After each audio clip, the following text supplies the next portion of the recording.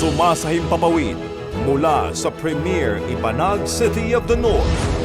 Para sa Diyos at sa Pilipinas nating mahal, ito ang DZYT 765 SMNI Radio Tuguegarao. Kapartner mo sa balita at serbisyo.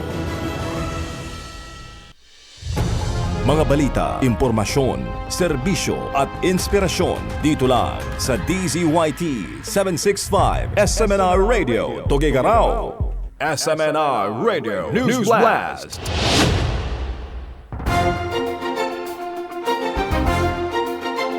Lacson kinumpirmang nais palitan bilang Senate President si Cayetano. Kinumpirma ni Senator Ping Lacson na may mga kumikilos upang palitan ang liderato ng Senado. Kasunod ni ito ang pag-upo ng kapulungan bilang impeachment court para sa paglilitis kay Vice President Sara Duterte.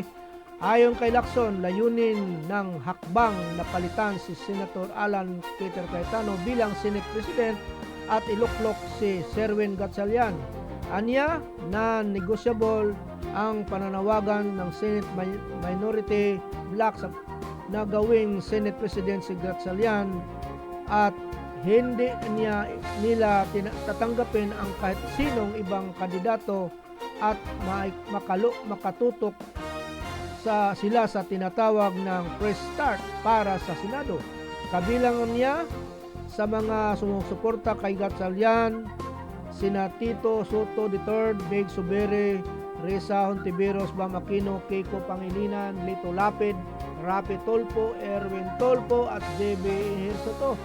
Lumabas ang mga ulat tungkol sa panibagong panawagan para sa pagbabago ng Senate President matapos ang insidente ng pamamaril noong Mayo at 13 sa Senado.